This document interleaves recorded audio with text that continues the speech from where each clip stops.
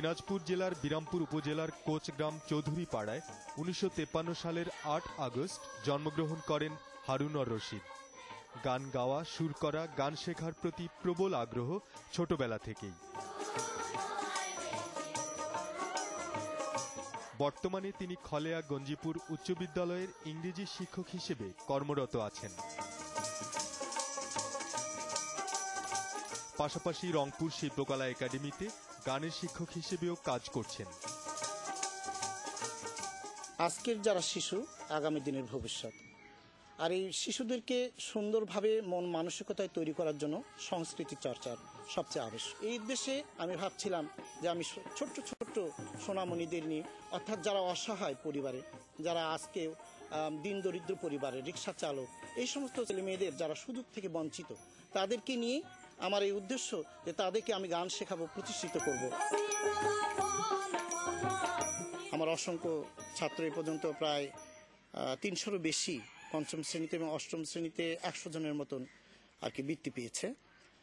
আর তারা আজকে শুধু ওই বৃত্তি পেয়ে ক্ষান্ত হয়নি, তারা এসএসসিতে ভালো রেজাল্ট করেছে, তো ইন্টারমিডিয়েটে ভালো রেজাল্ট করেছে এবং তারা জীবনের আজকে একটা লক্ষ্যপথ খুঁজে পেয়েছে। এই শিক্ষার্থীদের মধ্যে ৪ জন শিক্ষার্থী বিদেশে যাওয়ার সুযোগ পেয়েছে এবং সেখানে তারা আমাদের এই লোকসঙ্গীত অর্থাৎ ভাওয়াইয়া, পল্লীগীতি, জারি গান পরিবেশন করে অনেক প্রশংসিত হয়েছে। ১৯৮৯ সালে জাপান, থাইল্যান্ড এবং ভারতের বেশ সরকারি চ্যানেল তারা বাংলায় বিশেষ আমন্ত্রণে সঙ্গীত পরিবেশন করার সুযোগ পেয়েছি। এছাড়াও ৩বার প্রেসিডেন্ট পুরস্কার পেয়েছি। স্যার ছোটবেলায় আমার বাবা মার কাছ থেকে আমাকে নিয়ে এসে সঙ্গীত শিক্ষা দিচ্ছেন এবং তার এই সঙ্গীত শিক্ষার কারণে আমি ভারত এবং ভুটান যাওয়ার সৌভাগ্য অর্জন করেছি। রংপুর কারমাইকেল কলেজে ডিগ্রিতে পড়ার সময় সঙ্গীত শিক্ষার প্রতিষ্ঠান গড়ার উদ্যোগ নেন। হারুনুর রশিদের উদ্যোগে অভিভূত হয়ে চণ্ডীচরণ সরকার নামে এক ব্যক্তি ১৯৭৯ সালে বাড়ি করার জন্য জমি দান করেন। এখানেই তিনি ১৯৮৬ সালে কচিকণ্ঠের আসর নামে একটি সঙ্গীত শিক্ষার সংগঠন প্রতিষ্ঠা করেন। তার সহকর্মী ও শুভানুধ্যায়ীরাও এজন্য রংপুরবাসী হিসেবে গর্ব অনুভব করেন। তিনি বিশ্বের বিভিন্ন জায়গা থেকে যে সম্মান বয়ে এনেছেন, এটা সত্যি গৌরবের।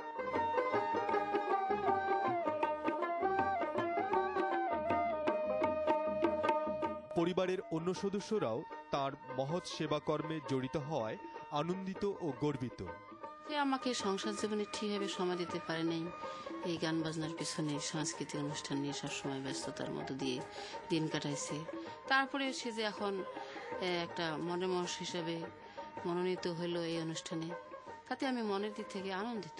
একটা জিনিস আমাকে সবচেয়ে বেশি ভালো লাগতো, কখনোই তাকে দেখিনি তার নিজের ছেলেমেয়েদেরকে অবহেলা করছে। সে তার ছেলেমেয়েদের প্রতিও তার সমান টাইমটাই ব্যয় করছে, যেমনটি করছে আর অন্যান্য ছেলেদের প্রতি। মানুষ মানুষের জন্য আর জীবন জীবনের জন্য। আমরা প্রতিটি মানুষ যদি ভালোবাসার বন্ধনে আবদ্ধ হয়ে একে অন্যের কাছাকাছি আসি, তাহলেই আমরা দেখতে পাবো সেখানে সুখ। অর্থাৎ এই সুখ পরিবার থেকে সমাজ, সমাজ থেকে রাষ্ট্রীয়ভাবে সমগ্র জাতিকে সুখ দেবে। আজকে আসুন আমরা সবাই মিলে দ্বিধা দ্বন্দ্ব ভুলে যে, সংঘাত ভুলে যে, যুদ্ধ ভুলে যে শান্তি প্রতিষ্ঠা করি। সবাইকে ভালোবাসতেছি।